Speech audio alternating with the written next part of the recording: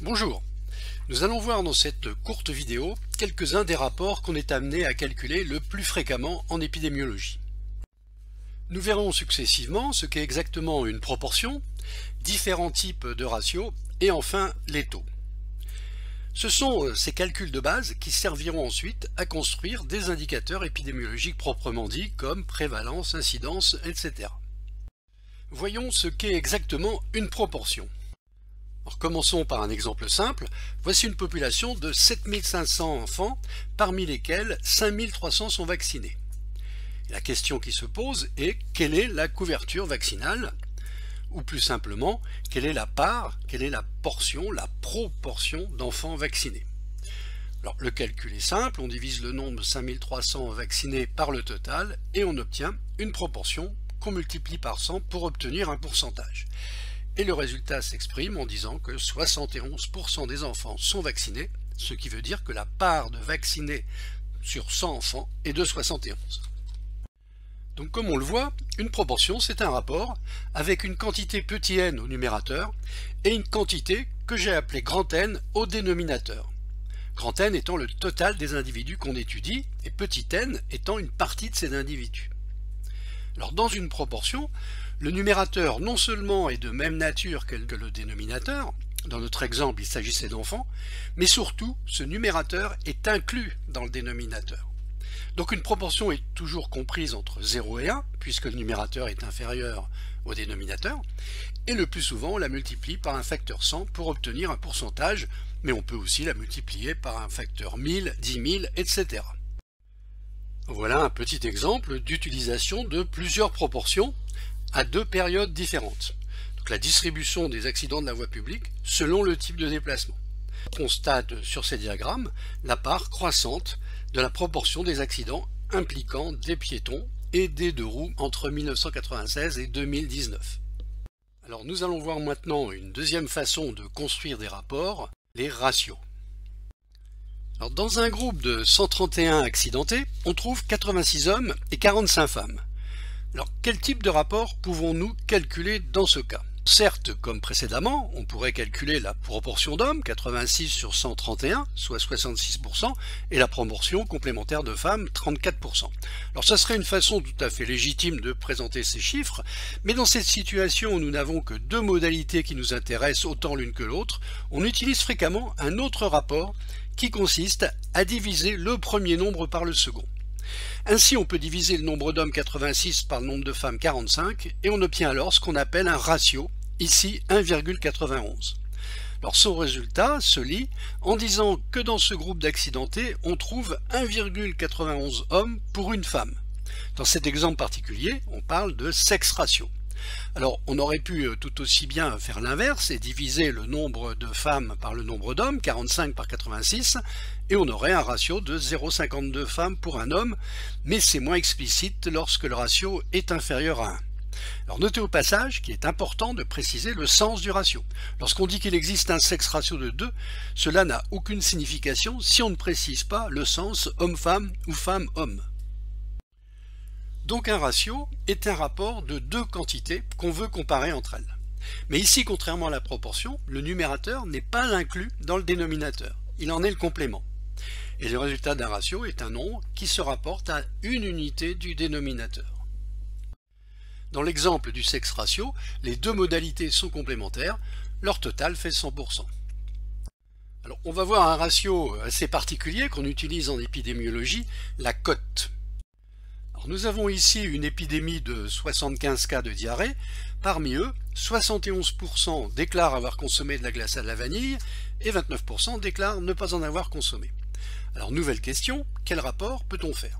Eh bien, on peut faire à peu près la même chose que précédemment, c'est-à-dire diviser le pourcentage de consommateurs par le pourcentage de non-consommateurs.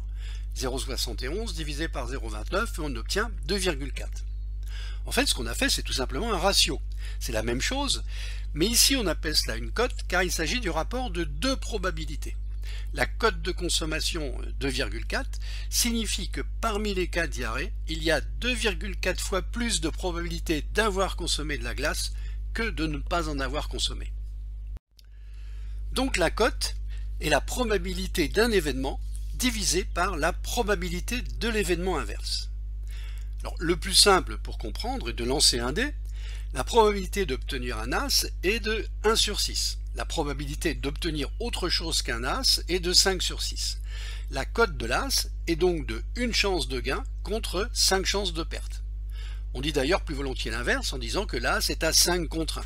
Alors les turfistes, ceux qui jouent aux courses le savent bien, lorsqu'un cheval est coté à 5 contre 1, cela veut dire que 5 turfistes ont parié sur un autre cheval pour un seul qui l'a joué gagnant. Alors attention de ne pas confondre la cote avec la probabilité.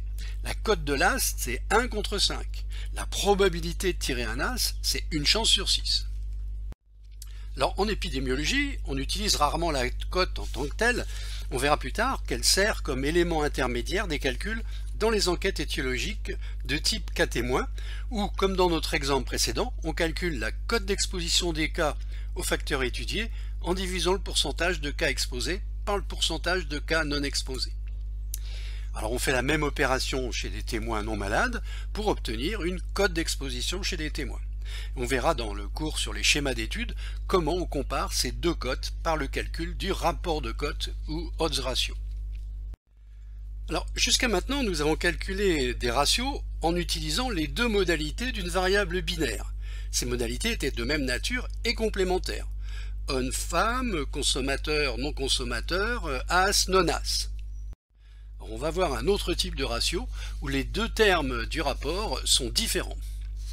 Alors, ici un exemple où dans un hôpital de zone tropicale où exercent 11 médecins, on constate qu'il existe 850 lits. Alors on voudrait connaître la charge de travail par médecin. Alors rien n'empêche mathématiquement d'effectuer la division de ces deux nombres, 850 par 11, pour trouver 77,3. Mais dans ce cas, contrairement aux exemples précédents, nous avons divisé deux quantités qui ne sont pas de même nature. Nous avons divisé des lits par des médecins. On obtient donc un indicateur hybride que j'ai appelé indice, mais que certains appellent encore ratio, mais en précisant bien les deux termes de la division, d'un côté des lits, de l'autre côté des médecins. Alors cet indice ou ce ratio de 77 lits pour un médecin a une signification claire de charge de travail. Il peut être utilisé à des fins de comparaison avec d'autres hôpitaux par exemple, ou suivre l'évolution au cours du temps d'une situation.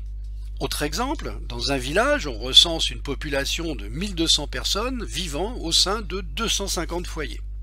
Et donc si on divise ces deux nombres, on obtient un indice qu'on pourrait appeler indice de promiscuité de 4,8 personnes par foyer.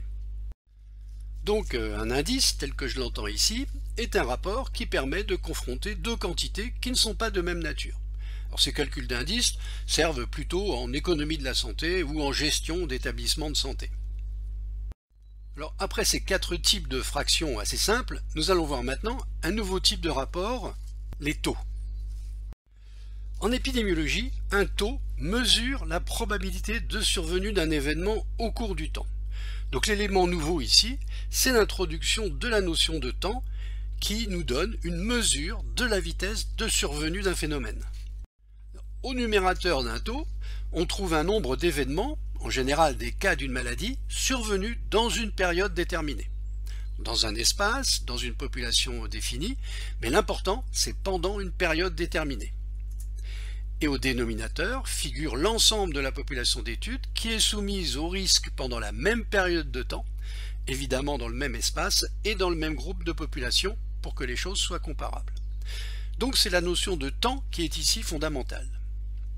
Les taux sont les rapports les plus utilisés en épidémiologie et nous allons plus tard détailler de manière plus approfondie leur calcul avec les mesures de fréquence et notamment avec ce qu'on appelle l'incidence. Nous voici donc au terme de cet exposé avec trois types de rapports dont les combinaisons sont à la base même de toutes les opérations statistiques en épidémiologie. Je vous donne donc rendez-vous pour une prochaine vidéo sur les indicateurs épidémiologiques proprement dits qui permettent de calculer des fréquences. Je vous dis donc à bientôt.